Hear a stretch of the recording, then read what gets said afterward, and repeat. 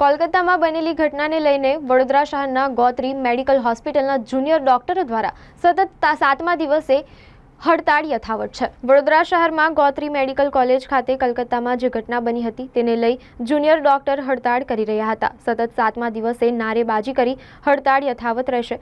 Gotri medical હોસ્પિટલમાં કરવામાં આવી હતી, જેમાં જુનિયર ડોક્ટર મોટી સંખ્યામાં જુનિયર ડોક્ટરો જોડાયા હતા। જ્યાં સુધી તેમની માંગણી સ્વીકારવામાં નહીં આવે ત્યાં સુધી જુનિયર ડોક્ટર્સ હડતાળ યથાવત રહેશે। આજ રોજ સ્ટ્રાઇકનો 6થો દિવસ છે અને અમે અહીંયા નારેબાજી કરી અને અહીંયા જે હોસ્પિટલમાં દર્દીઓ આવતા હોય અને બીજા એના સગાવાલાને પેમ્પલેટ ડિસ્ટ્રીબ્યુટ કરી અને એમના આ બનાવ પ્રત્યેની જાગૃતિ ફેલાવવા માટેની આજે પ્લાન છે। અચ્છા, શું માંગ કરી રહ્યા છો?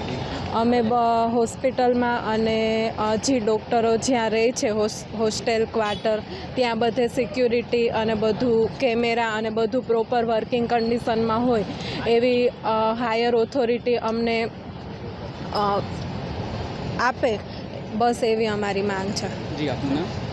ડૉક્ટર દીપાલી તળાવિયા।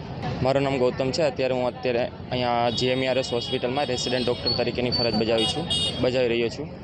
અત્યારે આપણે જે કોલકાતામાં બનાવ બનેલો છે તેને લઈને આપણે અહીંયા GMERS મેડિકલ કોલેજ દ્વારા રેસિડેન્ટ ડૉક્ટર અને ઇન્ટર્ન ડૉક્ટર દ્વારા જે પ્રોટેસ્ટ સ્ટાર્ટ કરવામાં આવેલો છે તેનો 7મો દિવસ છે।